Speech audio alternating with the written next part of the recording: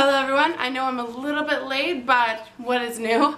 So welcome to my beauty favorites. I did my non-beauty favorites earlier just because I had all this stuff with them, because a couple of these products I used and they were my favorite throughout the month because I was using them at work. So I finally just decided to buy them because I love them so much. I want to also be able to use them when I'm freelancing.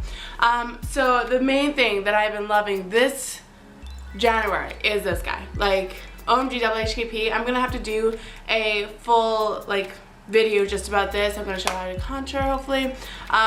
Yeah, this guy is like a deal changer. It's so buttery, it moves on the skin amazingly, it really gives that extra definition and gradient to the skin, which is really important for contouring because you don't want any sharp lines when you're wanting it to be natural and for like daytime and looks like that. So I have been loving the Laura Mercier contour kit. Something else from Laura Mercier I've been loving and I've been using on myself as well as on my CMAs and people that I'm doing makeup on. This is Laura Mercier's Radiant Primer, and the reason I like this so much is because I find that it gives just a natural glow to the face. It's not that shimmery glow that is sometimes with highlighters or things that are radiant. It doesn't look like sparkles on the face. It really is just like you're glowing from within, as well as I find that this one in particular helps with blurring like wrinkles and pore sizes, as well as reducing the look of redness. Like sometimes I just put this on my client and I almost want to just call it a day because it does such a nice job just to kind of perfect the skin before I put foundation on. So I've been really enjoying this guy and I really recommend it. Like I use it all over the person's face and my face. It doesn't look like it's too much. Yeah, I'll even just wear it by itself just because I like that glowy look that it gives, especially since dewiness is super in right now for fashion trends. It's amazing. So I definitely recommend investing in one of these guys. It's not even that much of an investment. It's about the same as any other primer, but it's amazing. And then the third thing that I'm going to show you is also from Laura Mercier. I rediscovered this. So this is actually my first product I ever bought at Sephora. This was back in, I don't even know how long, when it first came to my town. I lived in a little bit smaller town called Kelowna. So we didn't get Sephora until probably 2 years ago, 2 or 3 years ago. But anyways, this was my first product that I bought at Sephora. It's also the most expensive foundation I've ever bought. So this was like a big thing for me. So it was $62. I was like, my little bank account could barely handle it. But I love it and I fell in love with it and I used it for a very long time until it was almost empty, but then I for some reason stopped. I think I wanted to try out new foundations, but I recently just found this and have started using it again. It's what I'm wearing today and it looks like this. It's not sold in Sephora anymore. You can only find it at like Holt Renfrew counters and the Bay counters. I'm not even sure the Bay. I know for sure Holt. One of the reps was talking to me about it. And rumor has it that it might be discontinuing, so I'm not sure. And I'm really like struggling to decide if I want to spend the money on this again. I mean, it's a fabulous foundation, but I have so many other foundations that I'm using and that I enjoy that I'm not sure about this guy, but I would definitely recommend it if you're wanting to try something full coverage, creamy, hydrating, long lasting, like it doesn't come off my skin at all. It really is hydrating. I don't mind that I'm feeling like sometimes foundations, like after a while on my nose especially, gets like powdery and like flakes off a little bit. This doesn't do it. Like it's pretty much like Silk Cream.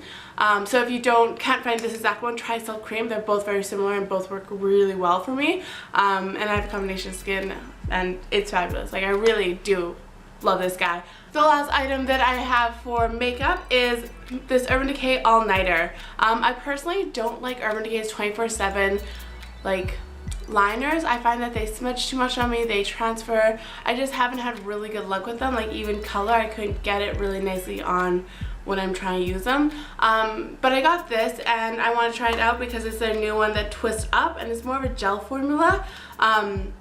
And I find that's really working well for me. It doesn't transfer as much onto my bottom here. This is where I have most of my problems, is a lot of stuff transfers down and I get really dark underneath here. So I found this hasn't been doing it as much. I mean, everything's gonna do it a little bit on me. I just accept that fact. It's all gonna do it a little bit, but I'm gonna try and counteract it as best as I can. And this one is working really well, as well as I enjoy that the lid actually stays on. That is my biggest pet peeve for Urban Decay, is that I put it in my kit when I'm traveling and taking it to photo shoots, and the caps always fall off. Like I lose caps like crazy, and then once the cap's off, the product's pretty much ruined because air gets inside, dries it out, and I can't use it on anyone. So the cap stays on. Yay! So that's kind of a big thing for me. Moving on to skincare. In January, my skin went through this little bit of a freak out. I'm not really sure what happened. I think it was just changing of seasons and climate and all that kind of stuff. But it was really sore. It hurt to put anything on it. It was really right here, and this eye had actually puffed up a little bit and was red. My eyes were bloodshot, and I was getting this weird texture. My skin's normally quite smooth feeling, but I was getting this texture as if I had like a layer that was just like dead skin all kind of right here, and it was painful. So I tried out a couple products, and I finally just went to one of my coworkers. I was like, okay, this is what's happening. She worked at a lot of spas, and she has probably one of the most actual experience doing esthetician and working at Sephora and that kind of stuff. So I went to her and I was like, okay, what do you recommend that we carry at Sephora so I can take a sample and try out, and how do I fix my skin, pretty much I was asking her. And what she suggested, the first thing that she said was this. So this is from Dr. Dennis Gross, and what it is, it's an alpha beta peel. I got the extra strength one. So what you do is you start with step 1. It has all the instructions on the back, so it's pretty much foolproof. You start with number 1. It's like a tissue, almost like a sheet mask tissue, and it has whatever the ingredients are in it, and you rub it all over your face, kind of concentrating more in the areas that you find that you need it. And then you let it sit on your skin for a minute, and then you go in with number 2 and you do the exact same. Take it all off, and then you don't wash off. You just leave it on your skin, and you can use this morning and night. I used it twice. This was my third one I was going to use, but I wanted to show it to you guys, so I haven't used it up yet, as well as my skin just got better, so I didn't need to do the third time. But yeah, so you just do that, leave it on your skin, and then what I did after that was I added a mask. So the mask that I used kind of these two. So one is Glam Glow, and this is the Thirsty Mud. So this is the one that you can put on the skin, wait 10 minutes and massage it in and just leave it. And so it's also great for if you're traveling, or I just love this in general because it's super easy. It's not one that I have to worry if like time it out and then like try and wash my face. Like, I don't have time for that. And then the second one is this one, and this one's from Boscia. It's their Deep Hydrating Sleeping Mask. And I love it as well. Like, again, just leave it on your skin, go to bed, and it really does hydrate your skin. So I just was really adding a lot of hydration back into my skin, as well as chemically renewing my skin from underneath, and I found that that really helped my skin. Well, that's it for my January favorites. I hope you guys enjoyed, and please tell me below what some of your favorites are, as well as what you think of some of the products I've mentioned in this, and if you've tried it, and if not, why not? Tell me what you're using instead, what you prefer, and please don't forget to like and subscribe. It really helps me out, and I hope you guys have a good February. Bye. Habit. I know it's probably not the best one that I could be eating, but I really love pickles, and like obviously I love pickles. I've eaten so much, and I prefer the